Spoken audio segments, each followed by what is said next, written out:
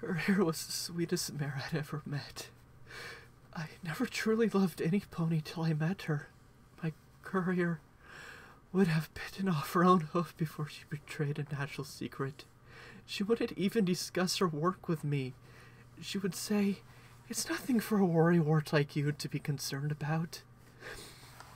Courier and I met outside her office. She was going to take me to dinner that night to celebrate our engagement. She had only proposed last week. She was so busy with her latest assignment that this was our first opportunity to celebrate together.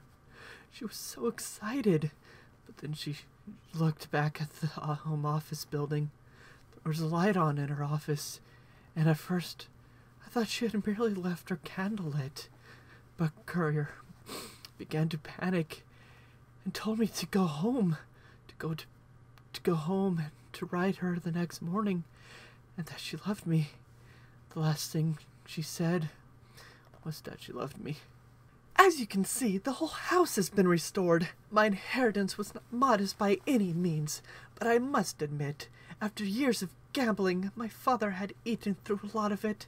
Luckily, as I'm sure you remember, our family holds some of the rarest and most beautiful artifacts of Equestria's history, so we opened up a museum in downtown London to display them, and that's paid for most of the restoration. There are so many, though, that we have to rotate the expeditions every season, and from now until Heartswarming, we are displaying relics of the founders, which is pretty amazing. We've got one of Clover and Cleaver's original diaries, one of the commander's hurricane swords, which is surprisingly fragile after almost 1,500 years, if you can imagine, and of course, one of the maps that is believed to have been used by Smart Cookie and Chancellor Puddinghead. We'd love to eventually buy relics of the other three founders, but so far I've been outbid at every private auction, but that's okay. I'll get one eventually. Listen, I know you don't like me. I can tell you don't. A lot of ponies who didn't grow up here don't like griffins, and I get that. I'm not asking you to like me, but I love Shurcolt. I've loved him ever since we were children. I worship the ground he walks on. Doctor, if you asked me, I'd his this very moment, I would do anything for him.